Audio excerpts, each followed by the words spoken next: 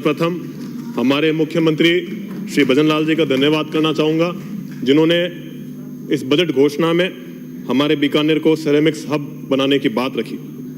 मेरे विधानसभा क्षेत्र कोलायत के अंदर ball clay, fire clay, white clay का अथाक भंडार है, पर यहाँ पे मूलभूत सुविधा नहीं होने के कारण यहाँ पर जो खनिज क्ले पाया जाता है, इसको पकाने के लिए हमारे पास पर्याप्त ऊर्जा के माध्यम नहीं है।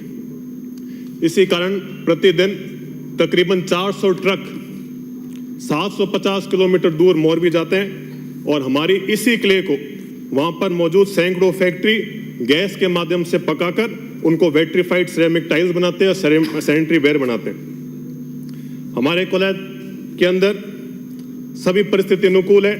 हमारे पास खनिज भी है, नहर का पानी भी है, हमारे पास मेहनती युवा भी है। हमको सिर्फ और सिर्फ उद्योगपतियों को उद्योग लगाने के लिए मूल आधारभूत सुविधा अपन को देनी है। इसी क्रम में मैं मांग रखता हूं कि मोरबी की तर्ज पर कोलायत में भी एक गैस पाइपलाइन बिछाई जावे, जिससे हमारा सिरेमिक उद्योग बढ़ सके। एक और मैं मांग रखता हूं, एक सुझाव देता हूं कि कोलायत क्षेत्र लगातार सोलर हब के तौर पर विकसित हो रहा है, तो क्यों ना एक डेडिकेटेड सोलर पार्क बना दिया जावे, जिससे जो भी बिजली उत्पन्न होती हो उस बिजली का हम रियायती दरों पर उन तमाम उद्योगों को हम ऊर्जा दें, जिससे उनको पर्याप्त और निर्बाधित बिजली मिले। इससे निश्चित रूप से मेरे क्षेत्र में निवेश आएगा, व्यापार व्यवसाय बढ़ेगा और विकास भी होगा, युवाओं को रोजगार भी मिलेगा। हमारे बीकानेर जिले का तकरीबन 70% खनिज उत्पादन मेरे विधानसभा क्षेत्र से आता है। हमारे बीकानेर के अंदर खनन गतिविधियों से तकरीबन 25 करोड़ का DMFT फंड आता है। इस DMFT फंड में से तकरीबन 17 से 18 करोड़ तो हमारे सिर्फ कोलायत विधानसभा क्षेत्र का योगदान है। परंतु बड़े दुख से कहना पड़ता है, जब कोलायत के विकास की बात करी जाती है तो हमें मात्र 8 से 10 करोड़ रुपए थमा दिए जाते हैं। जो विधानसभा क्षेत्र 70% DMFT को योगदान दे रहा है, उसको मात्र 30 से 40% DMFT का फंड दिया जाता है। कई बार तो जिला प्रशासन व राजनीतिक दबाव के कारण DMFT उन क्षेत्रों को दे दिया जाता है जहां पर कभी किसी प्रकार का खनन कार्य हुआ ही नहीं हो।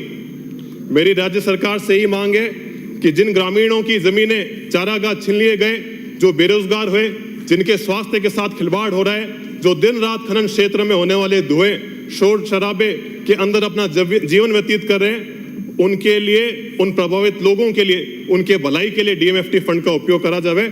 जिस ग्रामीण क्षेत्र में खनन हुआ, पर्यावरण को नुकसान हुआ, जहां पर रोडें टूटी, पानी की पाइपलाइन टूटी, उन गांवों के विकास के लिए अपन को बात करनी चाहिए, वहां DMFT का फंड खर्च करा जाना चाहिए। इसी प्रकार से हमारे विधानसभा क्षेत्र के अंदर 8 से भी अधिक 200-300 मेगावाट पावर के सोलर प्लांट लगे हुए हैं, 2 बड़े थर्मल प्लांट लगे हुए हैं, सैकड़ों 2-3 मेगावाट के प्लांट लगे हुए हैं।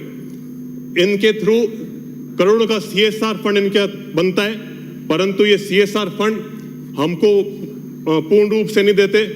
जब हम कभी दबाव देते हैं तो औपचारिकता निभाते हुए, खुद की कंपनी CSR जिम्मेदारियों से भागते हुए, उनसे पल्ला झाड़ते हुए वो कोई 1.5-2 लाख रुपए एक विधानसभा क्षेत्र को दे देते हैं। उसमें भी कोई टिफिन, कोई पैंट, कोई शर्ट, कोई प्याऊ बनाकर खुद की जिम्मेदारियों से हाथ धो लेते हैं। मैं पूछना चाहता हूं कि जो क्षेत्र करोड़ों का राजस्व सालाना देता है, क्या उनके लिए ये 2 लाख रुपए कोई रेवड़ी से कम है?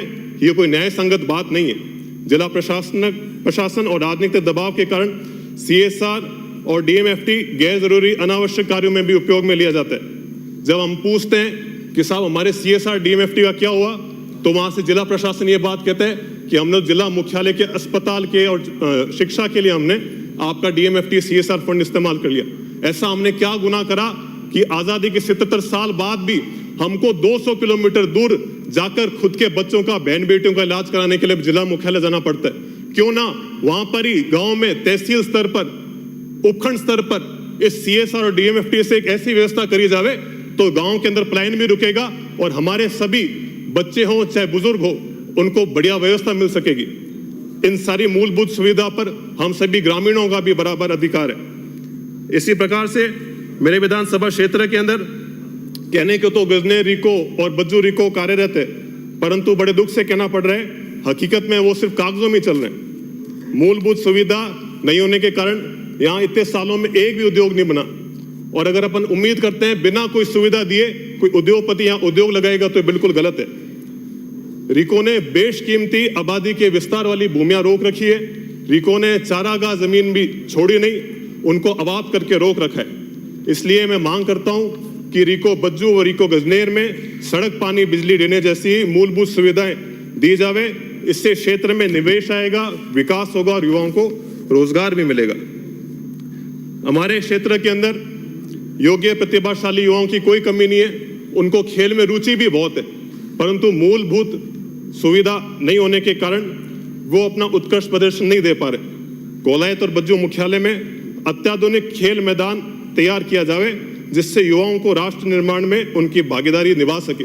और जो युवा फौज में जाना चाहते हैं और राष्ट्रीय खेलों में भाग लेना चाहते हैं, उनकी सभी प्रतिभा को भी प्रोत्साहन मिलेगा। इससे युवाओं को शारीरिक, मानसिक और आत्मीय विकास भी होगा, साथ ही युवा बेहतर मनुष्य बन पाएंगे। अंत में मैं ये बात कहूंगा कि हमारा जिला पूर्व में एशिया का सबसे बड़ा, बीकानेर जिला सबसे बड़ा ऊन उत्पादन की मंडी थी। यहाँ पर कालीन उद्योग तो विश्व में अलग ही पहचान रखता था। मेरे विधानसभा क्षेत्र के अंदर एक मगरा ऊन है जो विश्व विख्यात है। इस मगरा ऊन की खासियत यह है कि इसका जो फाइबर है, इसका जो रेशा है, इसकी वाइटनेस और सॉफ्टनेस विदेशी न्यूजीलैंड और ऑस्ट्रेलिया के ऊन के बराबर है। परंतु पशुपालन राजस्थान का सबसे बड़ा रोजगार का साधन है।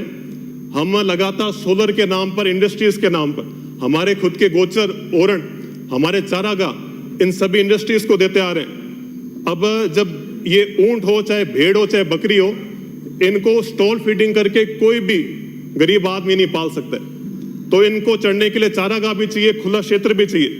चारागाह क्षेत्र लगातार घट रहा है और ऊंट, भेड़, बकरी जनसंख्या लगातार कम हो रही है, जिससे क्षेत्र के अंदर उल्टा रोजगार कम ही हो रहा है। आए दिन सरकार कहती है कि साहब पशुपालन केंद्र हम खोल रहे हैं, और जब भविष्य में ये ऊंट, भेड़, बकरी यही नहीं बचेगी तो इन पशुपालन केंद्रों का और इन ऊन मंडियों का क्या औचित्य रह जाएगा। हम चाहते हैं कि ऐसी औद्योगिक नीति बने जिनमें, और ऐसी ऊन नीति बने जिसमें अंतिम छोर पर बैठे हुए किसान से, ग्रामीण से, पशुपालक से, वो छोटे मोटे सभी उद्योगपति से वार्ता करके उनके सुझाव लेकर एक नीति बनाई जावे, ना कि एक एसी के अंदर, एक बड़े हॉल के अंदर बैठ के निर्णय लिया जावे।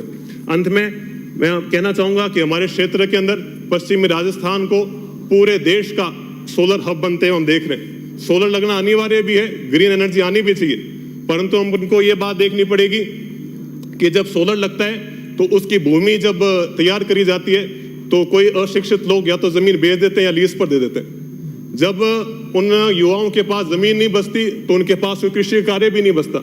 कृषि कार्य जब नहीं बचता तो वो मजबूरन आके बेरोजगार हो जाते हैं और वो गलत संगत में पड़ के इन नशों के अंदर पड़ जाते हैं। नशे के कारण वो चोरी और आपराधिक गतिविधियों में भी भागने लग जाते हैं। इसी प्रकार हम देखते आ रहे हैं कि हमारी धरोहर खेजड़ी, जो हमारा राज्य का पेड़ है, उसको हमारे जाल, हमारे कुमट, हमारे कैर, ऐसे जितने भी स्थानीय वनस्पति है, उनको लगातार सोलर वाले काटते आते हैं।